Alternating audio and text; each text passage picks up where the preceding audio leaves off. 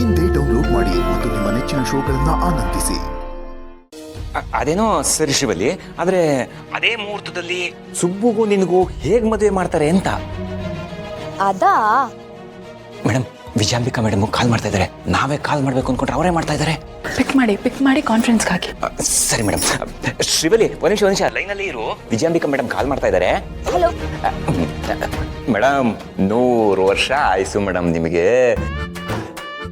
ಇಷ್ಟೊತ್ತು ತನಕ ಶ್ರೀವಲ್ಲಿ ಜೊತೆ ನಿಮ್ ಬಗ್ಗೆನೇ ಮಾತಾಡ್ತಾ ಇದ್ದೆ. ಶ್ರೀವಲ್ಲಿ ಜೊತೆನಾ? ಅಯ್ಯೋ, ಅವಳಂತೂ ನಿಮ್ಮನ್ನ ಹಾಡಿ ಹೊಗಳ್ತಾ ಇದ್ಲು ಮೇಡಮ್. ಈ ಶ್ರಾವಣಿ ಮತ್ತೆ ಸುಬ್ಬು ಮದುವೆ ಹೇಗಾದ್ರೂ ಮಾಡಿ ನಿಲ್ಲಿಸ್ಬೇಕಲ್ಲ, ಅದ್ರ ಬಗ್ಗೆ ಒಂಚೂರು ಡಿಸ್ಕಷನ್ ಮಾಡ್ತಾ ಇದ್ದೆ ಮೇಡಮ್. ಒಂದ್ ನಿಮಿಷ ಲೈನಲ್ಲಿ ಇರಿ, ಕಾನ್ಫರೆನ್ಸ್ ಹಾಕ್ಬಿಡ್ತೀನಿ. ಅಲ್ಲ, ಹಲೋ ಸುಂದ್ರ.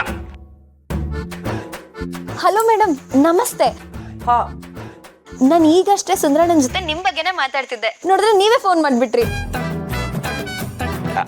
ಹೌದು ಮೇಡಮ್. ಶ್ರೀವಲ್ಲಿ ಈ ಮದುವೆ ಫಿಕ್ಸ್ ಆಗಿರೋದಕ್ಕೆ ಸ್ವಲ್ಪ ಭಯ ಪಟ್ಟಿದ್ಲು. ನಾನು ಧೈರ್ಯ ತುಂಬ್ತಾ ಇದ್ದೆ. ಭಯನಾ? ಯಾಕೆ? ಮೇಡಮ್, ನಾನೇನ್ ಭಯ ಪಡ್ತಿಲ್ಲ ಮೇಡಮ್. ನೀವಿರ್ಬೇಕಾದ್ರೆ ನನಗೆ ಯಾಕೆ ಭಯ ಹೇಳಿ? ನೋಡು ಶ್ರೀವಲ್ಲಿ, ನಾನು ಹೇಳಿದ್ದನ್ನ ನೀನು ಕರೆಕ್ಟಾಗಿ ಮಾಡ್ತಾ ಹೋದ್ರೆ ಅದೇ ಮುಹೂರ್ತದಲ್ಲಿ ನಿನಗೂ ಸುಬ್ಬುಗೂ ಮದುವೆ ಆಗುತ್ತೆ. ಆ ಜವಾಬ್ದಾರಿ ನಂದು. ಅದಕ್ಕೋಸ್ಕರ ನಾನು ಯಾವ ಹಂತಕ್ಕೆ ಬೇಕಾದ್ರೂ ಹೋಗ್ತೇನೆ. ಇದುವರೆಗೂ ನಾವು ಅನ್ಕೊಂಡ ಹಾಗೆ ಯಾವುದು ನಡೀಲಿಲ್ಲ. ಆದ್ರೆ ಇನ್ನು ಮುಂದೆ ನಾವು ಏನೇ ಮಾಡೋದಾದ್ರೂ ಅದನ್ನ ಪ್ರಾಪರ್ ಆಗಿ ಎಕ್ಸಿಕ್ಯೂಟ್ ಮಾಡಬೇಕು. ಆ ಶ್ರಾವಣಿ ನಮ್ಮ ಮಾತಲ್ಲೇ ಕುಗ್ಗಿಸ್ಬೇಕು. ಪದೇ ಪದೇ ಆ ಸುಬ್ಬು ನಿನಗೆ ಸಿಗಲ್ಲ, ಸುಬ್ಬು ನಿನಗೆ ಸಿಗಲ್ಲ ಅಂತ ಹೇಳ್ತಾ ಇರ್ಬೇಕು. ಆಗ್ಲೇ ಅವಳು ಕುಗ್ಗ್ ಹೋಗೋದು. ನಮ್ಮ ಶತ್ರುನ ಯಾವತ್ತೂ ನಾವು ಕುಗ್ಗಿಸ್ಬೇಕು. ಅವಾಗ ಅವ್ರ ಕಾನ್ಫಿಡೆನ್ಸೇ ಇರೋದಿಲ್ಲ. ಆಗ ನಮ್ಮ ಆಟ ಎಲ್ಲ ಕರೆಕ್ಟಾಗಿ ನಡೆಯುತ್ತೆ. ಅದ್ರ ಬಗ್ಗೆ ಏನು ಯೋಚನೆ ಮಾಡಬೇಡಿ ಮೇಡಮ್. ಈಗಾಗಲೇ ನನ್ನ ಆಟನ ಶುರು ಮಾಡಿದ್ದೀನಿ. ಶ್ರಾವಣಿ ಪ್ರತಿ ಸತಿ ನನ್ನ ಎದುರಿಗೆ ಬಂದಾಗ್ಲೂ ಸುಬ್ಬು ನನಗೆ ಸಿಗೋದು, ಸುಬ್ಬು ನಾನೇ ಮದ್ವೆ ಆಗೋದು ಅಂತ ಹೇಳ್ತಾನೆ ಇರ್ತೀನಿ. ಹೇಗಿದ್ರು ಅದು ನಿಜಾನೇ ಅಲ್ವಾ ಮೇಡಮ್? Very good ಶಿವಲಿ. ಇಷ್ಟು ಮಾಡಿ ಸಾಕು. ಮುಂದಕ್ಕೆ ಏನಾಗುತ್ತೆ ಅಂತ ನೋಡ್ಕೊಳ್ಳೋಣ. I like your confidence. ಸರಿ madam, thank you so much. ಸರಿ ಶಿವಲಿ, ನಿನ್ ಜೊತೆ ಆಮೇಲೆ ಮಾತಾಡ್ತೀನಿ. ನಾನೀಗ ಸುಂದರನ ಹತ್ರ ಸ್ವಲ್ಪ ಮಾತಾಡ್ಬೇಕು.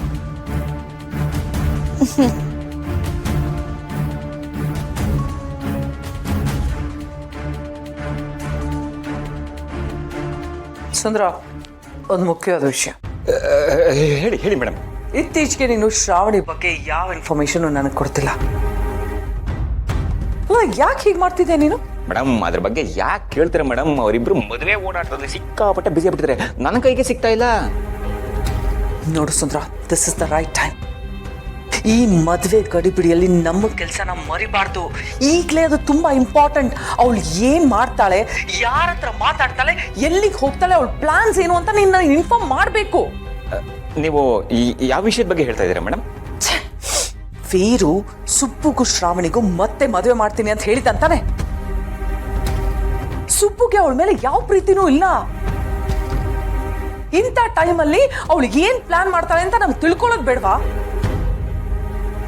ನೋಡು, ನಾನು ಶ್ರೀವಲ್ಲಿಗೂ ಸುಬ್ಬುಗೂ ಮದುವೆ ಮಾಡಿಸ್ಬೇಕು ಅಂದ್ರೆ ಮೊದಲು ಶ್ರಾವಣಿ ಸುಬ್ಬು ದೂರ ಆಗ್ಬೇಕು.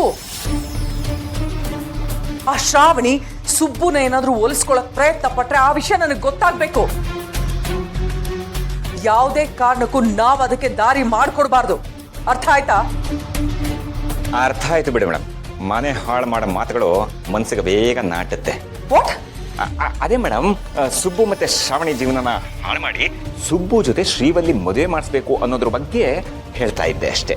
ಸರಿ, ಒಟ್ನಲ್ಲಿ ಅಲ್ಲಿ ಏನ್ ನಡೀತಿದೆ ಅಂತ ನನಗೆ ಗೊತ್ತಾಗ್ಬೇಕು ಅಷ್ಟೇ. ನಾನು ನಿನ್ ಫೋನ್ ಕಾಲ್ಗೋಸ್ಕರ ಕಾಯ್ತಾ ಇರ್ತೀನಿ. Got it?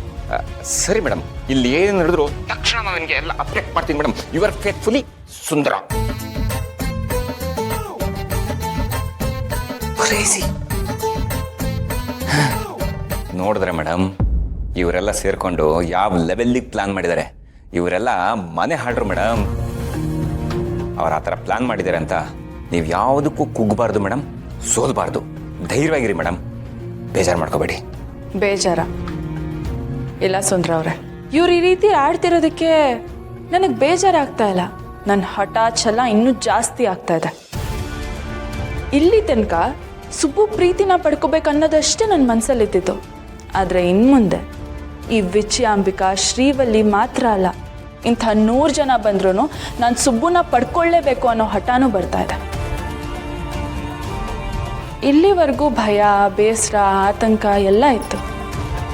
ಆದರೆ ಇನ್ಮುಂದೆ ನನ್ನ ಹಠ ಮತ್ತು ಛಲನೇ ಇದನ್ನೆಲ್ಲ ಮೀರಿಸಿ ನಿಲ್ಲುತ್ತೆ.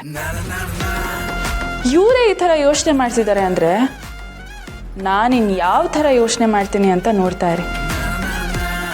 ಸುಬ್ಬು ಯಾವತ್ತಿದ್ರು ಈ ಶ್ರಾವಣಿಗೆ ಮೀಸಲು.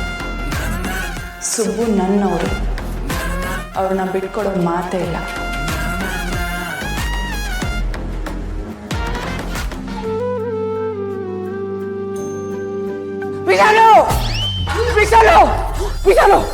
ಏನ್ರಿ ಕಾಂತಮ್ಮನವ್ರೆ, ಏನಾಯ್ತು? ಯಾಕೆ ಹಿಂಗ್ ಓಡ್ ಬರ್ತಾ ಇದ್ದೀರಾ?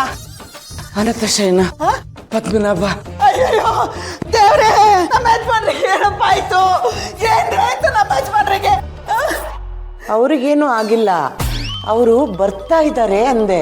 ಅಯ್ಯೋ ನೀವೇನ್ರಿ ಅದಕ್ಕೆ ಯಾಕೆ ಇಷ್ಟು ಗಾಬರಿಯಿಂದ ಹಿಂಗೆ ಹೇಳ್ತಾ ಇದ್ದೀರಾ?